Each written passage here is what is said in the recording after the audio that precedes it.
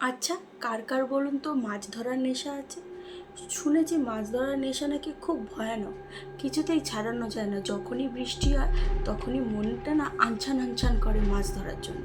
কিন্তু সবসময় সেই মাছ ধরার অনুভূতি বা অভিজ্ঞতা ভালো নাও হতে পারে। আজ যে প্রথম ঘটনাটা বলবো, সেই ঘটনাটা তাকেই কেন্দ্র করে।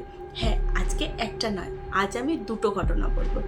একটা সুদূর কামাখ্যার, আর অন্যটা রয়েছে আমাদের এই পশ্চিমবাংলার। চলেন সময় নষ্ট না করে আমাদের প্রোগ্রাম শুরু করি। নমস্কার, আমি দীপান্বিতা। ভয়ের অনুভূতির নতুন একটা এপিসোডে আপনাদের স্বাগত জানাই। আচ্ছা, যারা শুধু গল্প দেখছো, চ্যানেলটাকে সাবস্ক্রাইব করছো, এরম করো না। তাহলে পরবর্তীতে আরও যে গল্পগুলো বা ঘটনাগুলো আমি আনবো, তোমরা সবটাই মিস করে যাবে। তাই যারা যারা ইউটিউব থেকে আমায় দেখছো, তারা তাড়াতাড়ি চ্যানেলটাকে ফলো করে নাও। আর যারা আমার ফেসবুকের বন্ধু রয়েছো, তারা কিন্তু ফলো করে নিতে ভুলো না, কারণ সমস্ত আপডেট বা নোটিফিকেশান আমি কিন্তু ফেসবুকেও সমানতালেই আপডেট করি। চলো আর একটা শেষ কাজ করে তারপরে একেবারে ঘটনায় ঢুকবো।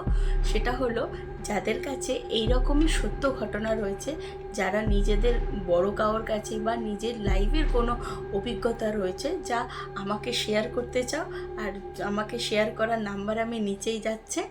আর হলো, তোমাদের গল্প যদি সত্যি আমারও খুব ভালো লাগে, তাহলে অবশ্যই কিন্তু আমি আমার অডিয়েন্সের সাথে সেগুলো শেয়ার করে নেব। এবার চলো, আজ বলবো দুটো ঘটনা, তো একটু সময় তো লাগবে। একেবারে কথা না বাড়িয়ে প্রথম যেই ঘটনাটা আমি তোমাদের সাথে শেয়ার করতে এসেছি, সেটা আমাকে একটা দাদাভাই পাঠিয়েছে, তার দাদুর সাথে হওয়া ঘটনা। তো যাই হোক, অনেক ধন্যবাদ পাত্র সারথী দাদাকে। তো চলো ঘটনায় শুরু করা যাক। পার্থসারথী দাদারা এখন কলকাতায় থাকলে আগে কিন্তু ওরা থাকতো আসামে। সবাই নিশ্চয়ই অম্বুবাচীতে দেখেইছো কামাখ্যার মন্দির। অ্যাকচুয়ালি ঘটনাটা ওই কামাখ্যা মন্দিরের আশেপাশে, ব্রহ্মপুত্র নদীর তীরে। তো কামাখ্যায় যারা গেছো তারা তো জানোই, আর যারা জানো না, যেমন আমি যাইনি অবশ্য কামাখ্যাতে। তো ওই কামাখ্যার যে মন্দির, সেটা বড় উঁচু, মানে টিলার উপরে। তো এমনিতেই কামাখ্যা মন্দিরে যত সমস্ত সাধকরা যেত, তারা নিজস্ব সিদ্ধি লাভের উদ্দেশ্যেই যায়। আর এমনিতে ওই কামাখ্যা মন্দিরের আশেপাশে না কোনো জনবসতি সেরকম নেই, মানে বাসে করে বা হেঁটে যাই হোক, তুমি মন্দিরে যাবে, দর্শন করবে, আবার নেমে চলে আসবে। কারণ আমার হাজব্যান্ড গেছে, তো আমি এইটুকুনি জানি ওর থেকে। তো যাই হোক, ওই মানে টিলার নিচে যেখানে সমতল ভূমি, যেখান থেকে ব্রহ্মপুত্র নদীটা বয়ে গেছে, সেই অঞ্চলেরই একটা প্রত্যন্ত ঘটনা। সেখানে কি, যে পার্থসারথী দাদা আছে যে আমাকে ঘটনা পাঠিয়েছে, তার দাদুরা যখন ওই 12-14 বছর বয়স, নদীর তীরে মানুষ তো, তো ভীষণ পরিমাণে না মাছ ধরার একটা মানে টেন্ডেন্সি ছিল বা নেশা ছিল বলতে পারো। মানে প্রত্যেকটা বাড়িতেই একটা একটা করে ছোট ছোট ডিঙা বা নৌকো থাকতো। তো বাড়ির ছোট ছোট ছেলেরা বলো বা বাড়ির যে কর্তা থাকে, সবাই মিলে না মাঝে মধ্যেই মাছ ধরতো। তা ওই দাদুরও, যার নাম ছিল কমল, তা কমল দাদুরও ভীষণ রকম ইচ্ছা ছিল, যে ওই ওই রকম মাছ ধরার ভীষণ নেশা ছিল। তার একটা ছোট ভাই ছিল নরেশ বলে। তা ও যখনই মাছ ধরতে মোটামুটি যেত, নরেশকেও সাথে করে নিয়ে যেত। তা একদম। আর তোমরা হয়তো অনেকেই জানো, ব্রহ্মপুত্র নদীতে না খুব সুন্দর চিতল মাছ পাওয়া যায়, বেশ বড় বড় সাইজের চিতল মাছ পাওয়া যায়। তো একদিন ওই রকম বৃষ্টির সময়, এরকম বর্ষার সময় চলছে, তা সকাল থেকেই টিপ টিপ টিপ টিপ করে বৃষ্টি হচ্ছে। আর জানো তো, এই গুড়ি গুড়ি বৃষ্টিতে, যেটাকে আমরা ইলচে কুড়ির বৃষ্টি বলি, এই সময় না মাছ ভীষণ পরিমাণে পাওয়া যায়। তো যথারীতি কমলের তো খুব মানে মাছ ধরার শখ, এরকম বৃষ্টিতেও তো নিজেকে ধরে রাখতে পারছে না। ওর যা যা টুকটাক বন্ধু বান্ধব ছিল তাদেরকে কনভিন্স করে যে আজকে রাতে কিন্তু মাছ, আর রাত্রেবেলায় বেশি মাছ পাওয়া যায় যেহেতু। কারণ কি, যেখানে ধরো টর্চ লাইট বা হ্যারিকেনের আলো ফেলবে, মাছগুলো না সেই আলোতে ভীষণ রকম আকৃষ্ট হয়। তো রাত্রেবেলায় দিনের চাইতে বেশি মাছ ধরা যায়। দিনের বেলার বৃষ্টির তেজটাও অনেক বেশি ছিল, রাত্রে প্রায় কমে এসেছে বললেই চলে। তো যাই হোক, কমল বন্ধুদেরকে রিকোয়েস্ট করে যাওয়ার জন্য, যে চল আজকে মাছ ধরে আসো।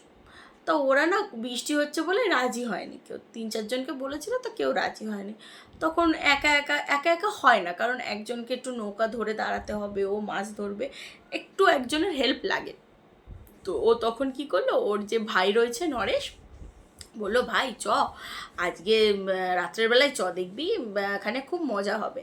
তা ও ভাইটা তো একটু ছোট, ধরো ওর থেকে, ওর যদি 15 বছর বয়স হয়, ওর হয়তো 10 কি 11 বছর বয়স। তা ওর ভাই যেতে মানে নিয়ে গেল, ভাইকে নিয়ে গেল। ওনার দিনের বেলা নিয়ে যেত, রাত্রেবেলা ভাইকে কখনো নিয়ে যেতে পারে না, নিয়ে যায়নি, মানে জানে অতটা সেফ সিকিওর না। তো সেদিনকার এত মাছ ধরার নেশা যে ভাইকে বলে রেখেছে মা বাবা যখনই ঘুমাবে তুই উঠে পড়বি, আমরা দুজন মিলে যাব মাছ ধরতে। তো খুব ভালো কথা, ভাইও রাজি, দাদার সাথে যাব, ভালো একটা আনন্দ।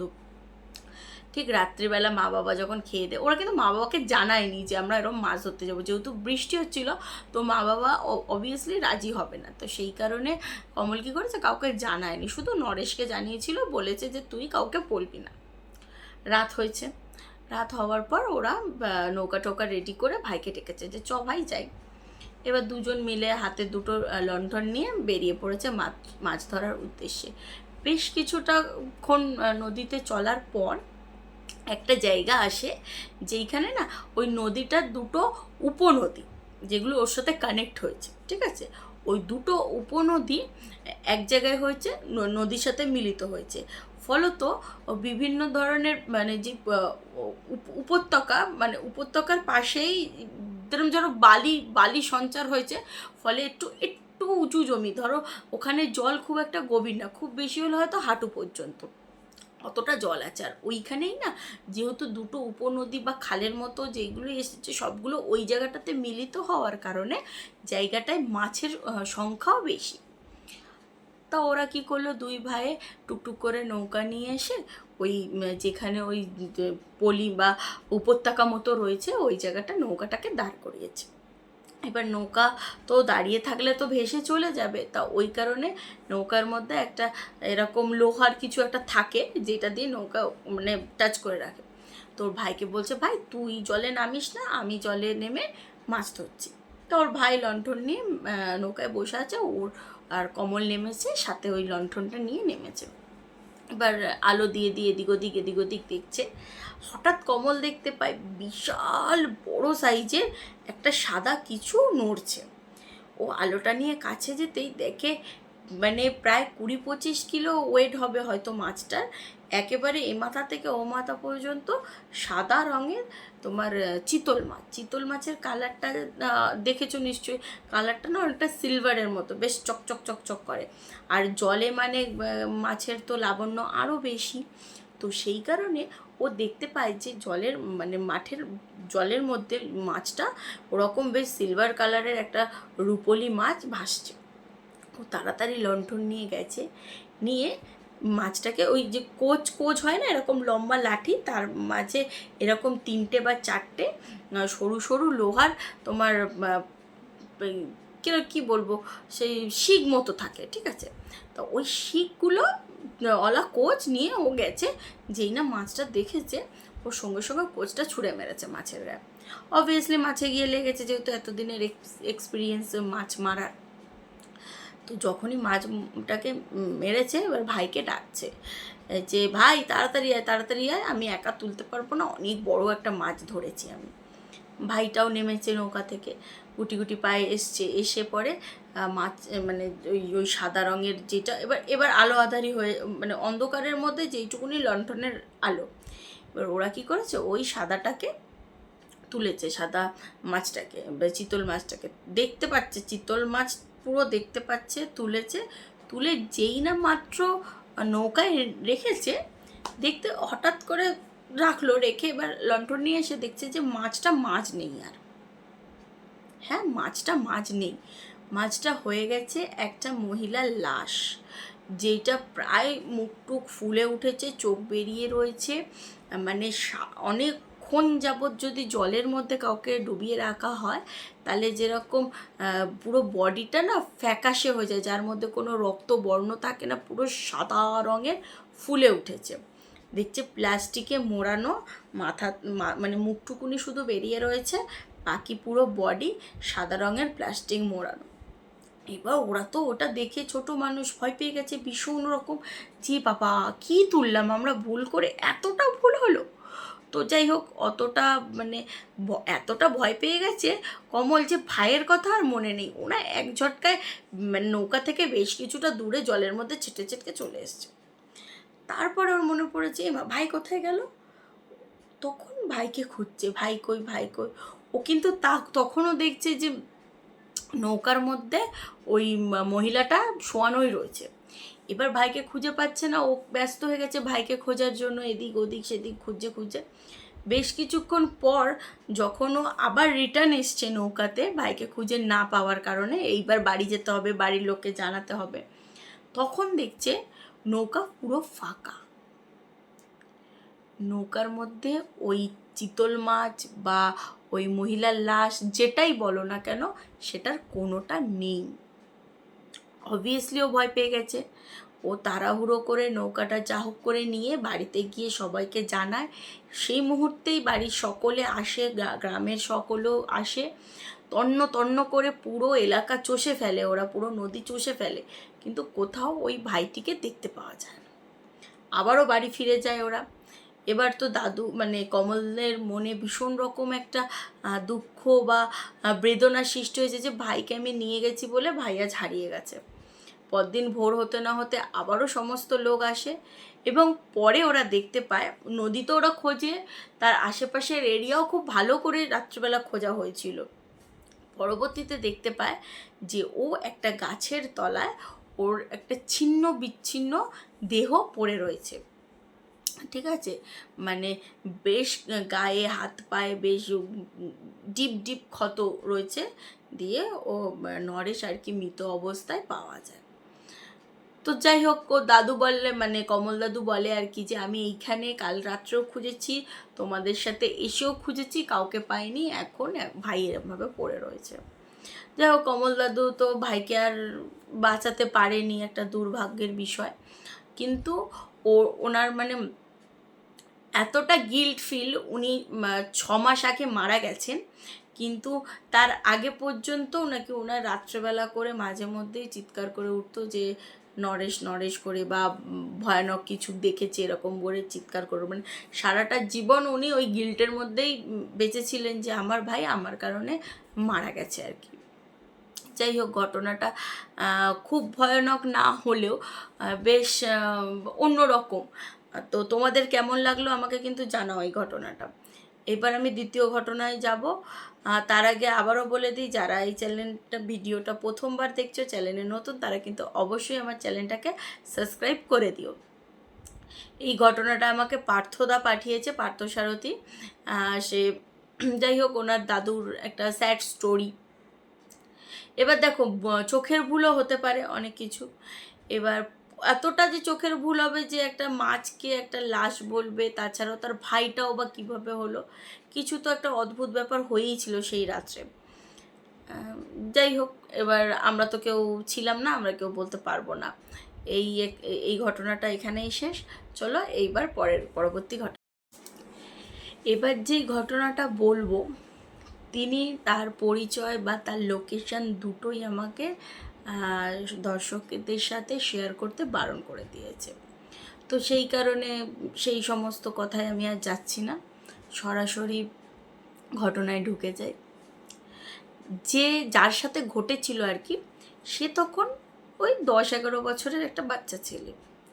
ঠিক আছে, বাবা মার ডিভোর্স হয়ে যাওয়ার পর ওদের আর্থিক অবস্থাও একটু দুর্বল হয়ে পড়ে, এবং মা আর ছেলে তো মা যেহেতু চাকরি করতো, সিঙ্গেল মাদার হয়ে গেছে, তো ছেলেকেও সেইভাবে সময় দিতে পারতো না। যখন এরকম দুরবস্থায় জীবন চলছে, ঠিক সেই সময় ওই বাচ্চাটির মায়ের পিসির বাড়ি থেকে খবর আসে যে বেশ কিছু সম্পত্তি তাদের নামে দেওয়া হচ্ছে, এবং তারা যেন এবার থেকে ওই পিসির সাথে সেই বাড়িতেই থাকে। এবার চলে আসি পিসির কথায়। উনি নিঃসন্তান, ছেলেবেলা থেকেই বড় ভালোবাসত এই মানে যে বাচ্চাটির মাকে। উনি নিঃসন্তান থাকায় প্রথম থেকে ওনার টেন্ডেন্সি ছিল যে বাচ্চাটির মা, যার নাম হলো রেণুকা, তো রেণুকাকে সম্পত্তির বেশ কিছুটা দিয়ে যাবে। ছেলেবেলা থেকে ওদের কাছেই রেণুকা মানুষ হয়েছে, ওর আবার মা বাবা নেই। কিন্তু যখন ও বড় হয় তখন একজনকে ভালোবাসে, ধর্মের বাইরের একজনকে, যার সাথে বিয়ের পর বাচ্চাটি হয় আর কি, বা যে গল্প পাঠিয়েছে সেই দাদা ভাইয়ের জন্ম হয়। তো যাই হোক, উনি ভিন ধর্মের ব্যক্তিকে বিয়ে করার কারণে পিসি মন থেকে ভীষণ ক্ষুণ্ণ হচ্ছিল। ওই কারণে বেশ কিছু বছর পিসির বাড়ির সাথে রেণুকাদির একেবারে সম্পর্ক বিচ্ছিন্ন ছিল বললে বলতে পারো। প্রায় 10-15 বছরের সম্পর্ক ছিল না। পরবর্তীতে বর্তমানে ওনার পিসির হাজব্যান্ড মারা যায়। বিশাল বড় বাড়ি, প্রায় 3 তলা বিশাল জায়গা নিয়ে বাড়ি। তো যখনই হাজব্যান্ড মারা গেলেন তো তখনও ভীষণ রকম একা ফিল করতে থাকলো পিসি। তখন রেণুকার কথা ভীষণ পরিমাণে মনে পড়ে এবং জানতে পারে তাদের এখন আর্থিক অবস্থা এরকম সমস্যার মধ্যে চলছে। তো সেই কারণে সাথে সাথে সময় নষ্ট না করে পিসি খবর দেয় ওদেরকে এবং ওদেরকে যত তাড়াতাড়ি সম্ভব এইখানে এসে শিফট করে যেতে পারে। এবার ওই 3 তলা বাড়ির নিচতলাটা একটা ভাড়া দেওয়া ছিল, দোতলায় পিসিরা থাকে, ওপরতলাটা একটু অন্যরকমভাবে বানানো।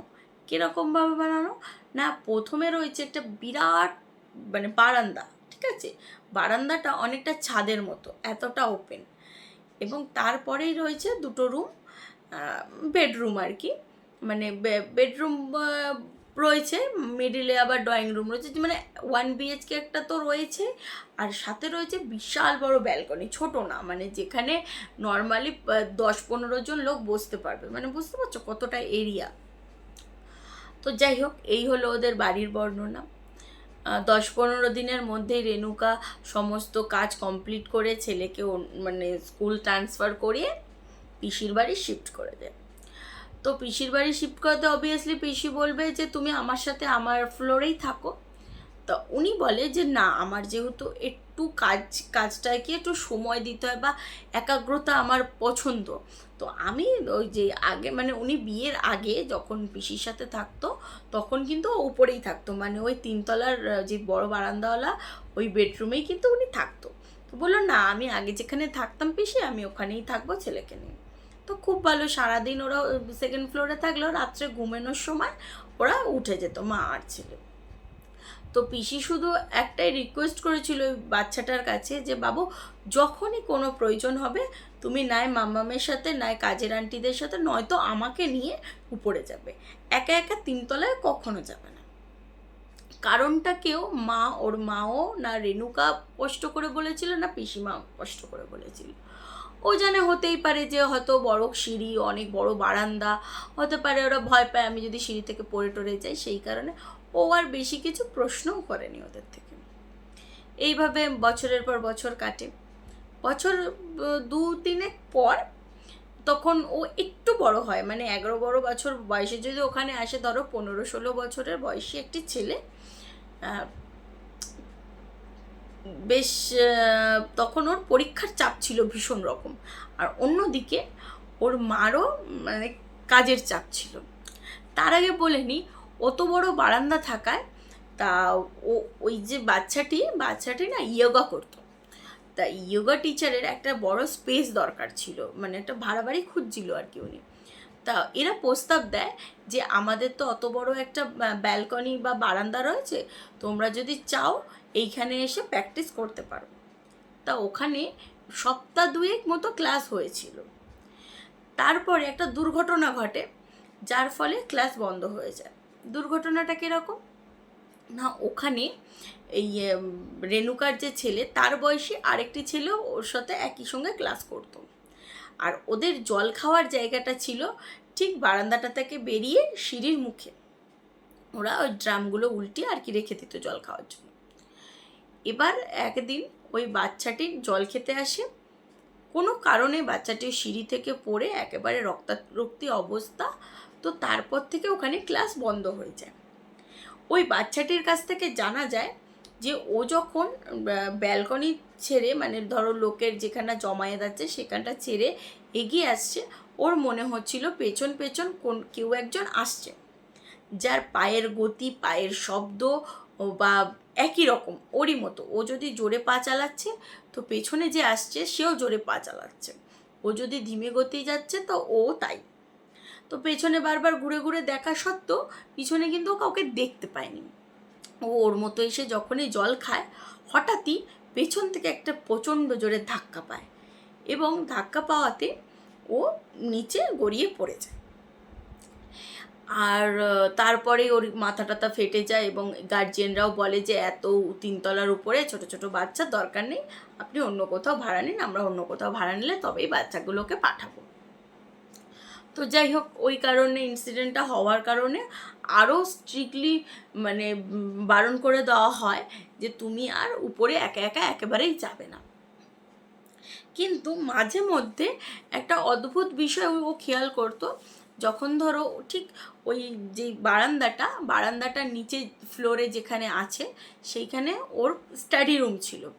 তো ও যখনই স্টাডি রুমে একা একা পড়তো, ধরো শীতকাল পাকা টাকা যখন চলছে না, একেবারে নিস্তব্ধ চারদিক, তখন মনে হতো উপরে যেন কেউ লাফালাফি করছে, দৌড়াদৌড়ি করছে।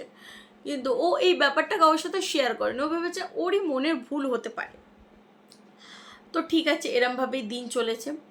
একদিন ওর এক্সাম, তো ওর যে বাড়িতে যে মেডরা রয়েছে আর কি, তাদেরকে নিয়ে ও উপরে যায় এবং যা যা ওর বই খাতা দরকার নিয়ে চলে আসে।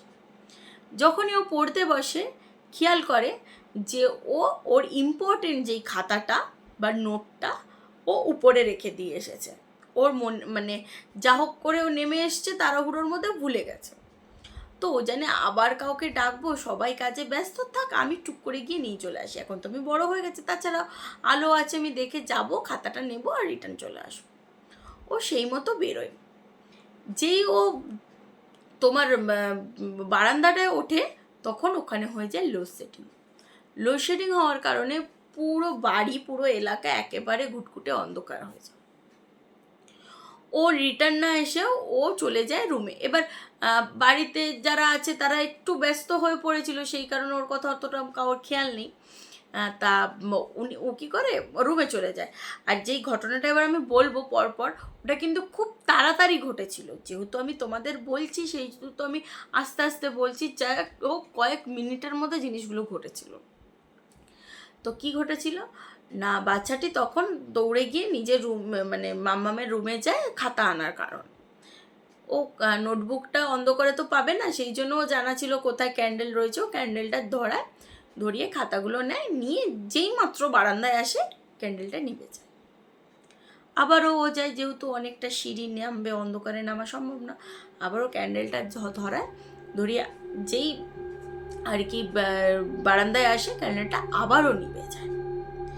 এইভাবে 2-3 বার করার পর ও ভাবছে যে এমন হাওয়া দিচ্ছে, এইবার আমি লাইটার নিয়ে যাব, তাহলে তো আর নেবার কোনো ভয় থাকবে না। ও ড্রয়ার থেকে লাইটারটা নিয়েছে, লাইটারটা নিয়ে ধরিয়ে হাতে করে, লাইটারটাও জ্বলছে এইদিকে মোমবাতিটাও জ্বলছে, দিয়ে ও যেই বারান্দায় এসছে ও স্পষ্ট ফিল করলো কেউ ফু দিয়ে ক্যান্ডেলটা এবং লাইটারটা দুটোই একসাথে নিভিয়ে দিল। যেই মুহূর্তে এটা হলো, ও তখন ওর গায়ের মানে মধ্যে দিয়ে মনে হচ্ছে হালকা করে একটা শীতল স্রোত উপর দিকে উঠছে, ও ভয় পাচ্ছে। যেই না মুহূর্তে ও ভয় পেতে শুরু করেছে, ও ফিল করছে ওর পাশে কেউ দাঁড়িয়ে রয়েছে, যার নাক থেকে বা যার কাছ থেকে একটা হালকা মিহি কিন্তু ভীষণ ঠান্ডা নিঃশ্বাস পড়ছে তার ঘাড়ের মধ্যে। উঁচু থেকে নয়, কিন্তু একেবারে যেন তার হাইটেরই কেউ একজন তার পাশে দাঁড়িয়ে দাঁড়িয়ে তার জ্বালানো মোমবাতিগুলো ফু দিয়ে নেভাচ্ছে এবং তার ঘাড়ে বারবার করে নিঃশ্বাস ফেলছে। এই জিনিসটা হওয়ায় ও এক মুহূর্ত দেরি না করে নিচে যায়নি, ও দৌড়িয়ে রুমে গেছে, এবং রুমে একটা ল্যান্ডফোন ছিল, ল্যান্ডফোনে ও নিচে ফোন করে ওই ঠাম্মিকে, মানে ধরো পিসি ঠাম্মিকে আর কি, ফোন করে বলে আমি উপরে আটকে পড়েছি, এখানে অদ্ভুত জিনিস হচ্ছে, তুমি উপরে আসো। অবভিয়াসলি ঠাম্মি চিৎকার দিচ্ছে যে তুমি একা গেছো কেন, মেয়েদের নিয়ে যাওনি কেন। বলছে ঠাম্মি অত কথা বলার সময় নেই, তুমি তাড়াতাড়ি আসো। এবার যতক্ষণে ঠাম্মি এসেছে, ও ভয়ে একেবারে কাটা, ছোট মানুষ, বেডের উপরে বসে পড়েছে। বেডের উপরে একটা তোমার লেপ ছিল, ও লেপটা এরকমভাবে মুড়ি দিয়ে বসে আছে। এবার লেপ তো যেহেতু তুলোর তৈরি, কিছু কিছু জায়গায় জানো তো একটু ফাঁক হয়ে গেছে। ফাঁক হয়ে গেলে যেহেতু পাতলা কাপড়, এপার থেকে ওপার যদি খুব বেশি আলো হয় বা কিছু হয়, আমরা ওটা কি করব বুঝতে পারবো। তো ওই রকমই যখন ও লেপটা এরকম মুড়ি দিয়ে বসে রয়েছে, ঠিক সেই সময় দেখতে পাচ্ছে ঠিক গেটের কাছে, মানে দরজার কাছে একটা আলো। ঠিক আছে, ও প্রথমে ভেবেছে ওর ঠাম্মি এসেছে হয়তো, কিন্তু না, আলোটা স্থির, কোনো আওয়াজও করছে না, স্থিরভাবে দাঁড়িয়ে রয়েছে। কয়েক সেকেন্ড পর আলোটা আস্তে আস্তে ওর বেডের চারিদিকে ঘুরতে শুরু করছে এবং তার গায়ে একটা ঠান্ডা বাতাস লাগছে বারবার। কয়েক সেকেন্ড কাটার পর ও রিলেট করতে পারলো, আমি যদি এখানে বসে থাকি ওই আলোটা আমায় শেষ করে দেবে, আর ওর হাত থেকে যদি বাঁচতে হয় আমাকে এখান থেকে বেরোতে হবে। আলোটা এবার ওই ভাবনার মাঝখানে আলোটা কি করেছে, বেডে উঠে গেছে। মানে যেই আলোটা প্রথমে ছিল দরজার বাইরে, সে বিছানার চারিদিকে ঘুরলো। এরপরে এক কোণায় ও মুড়ি দিয়ে রয়েছে লেপ কম্বল, আর অন্য কোণায় সেই আলোটা এসে দাঁড়িয়ে রয়েছে। ও যাই হোক কম মানে লেপটা এরকম করে ফেলে এক দৌড়ে নিচের দিকে যেতে চায়, আর তখনই ওর ঠাম্মি আর মেয়ের যত ছিল সকলে চলে আসে এবং ওকে নিয়ে যায় এবং অবশ্যই তাকে বকাঝকা করে। তারপরে সমস্তটা শোনে, শোনার পর ওরা একটা জিনিস ওকে বলে আর কি, মানে আমরা অনেক সময় বাবা মারা বা বড়রা বাচ্চাদের থেকে অনেক কিছু লুকিয়ে যাই। আমার মতে এই গল্পটা বা এই ঘটনাটা শোনার পর সমস্ত কিছুটা না বললেও কিছু জিনিস বাচ্চাদেরকে বলে রাখা উচিত, কিছু ক্ষেত্রে ওটাই সেফটির কাজ করে। তো যাই হোক, ওই বাড়িতে ওরা আসার আগে একটা ভাড়াটে থাকতো, 3 জন ফ্যামিলি। ওর বয়সী ওইখানে ছিল একটি বাচ্চা, সে ভীষণ দুষ্টু ছিল। কিছু কিছু বাচ্চা হয় না, এক জায়গায় থামে না কখনো, ওই ছেলেটি ছিল ওই রকম দুরন্ত। এবং ওই যে বড় যে আমি বারান্দার কথা বললাম, ওই বারান্দায় না বেশ কয়েকটা সিলিং ফ্যান ছিল, যেগুলো অনেকটা নিচু হয়ে এসে ওপেন ছিল। তা 2-3টে এরকম সিলিং ফ্যান ছিল। কোনো কারণবশত ওর মা হয়তো কোনো কাজে ব্যস্ত আছে, ওই সুযোগে ওই বাচ্চাটি এসে পাখার সুইচ দেয় এবং সিঁড়ি নিয়ে, মানে ওই যে এইরকম মইগুলো থাকে না যে এরকম লাগানো যায়, দুদিক দিয়ে ওঠা যায়, ওই মই নিয়ে এসে কীভাবে জানা নেই বাচ্চাটা ওই পাখার সাথে ধাক্কা লাগে এবং গলা ওর কেটে যায়, অনেকটাই কেটে যায়। মাথাটা তো আলাদা হয়ে যায় না, কিন্তু মানে যেই ক্ষতটা হয়েছিল ভীষণ বড় রকম ক্ষত হয়েছিল, প্রচুর ব্লিডিং হয়। হসপিটাল নিয়ে যাওয়ার আগেই বাচ্চাটি মারা যায়। ওই ঘটনাটা ওই 3 তলার ফ্লোরে হয়েছিল, যার পর থেকে আরও 1-2 জন ভাড়াটে ওখানে থাকলেও বেশি দিন স্টে করতে পারেনি। ওর মাকে, বাচ্চার মাকে সমস্তটাই বলা হয়েছিল যে দেখ তুই এরকম একটা ঘটনা হয়েছে, তো ছেলেকে নিয়ে উপরে থাকিস না, তুই আমার ফ্লোরেই থাক। কিন্তু ও কোনোদিন কোনো রকম খারাপ কিছু ফিল করতে পারেনি, তাই ও আর মানে বিশ্বাস না করেও নি এবং ছেলেকেও ওয়ার্ন করেনি যে এখানে একটা এরকম দুর্ঘটনা হয়েছিল, তো তুমি একটু সাবধানে থেকো।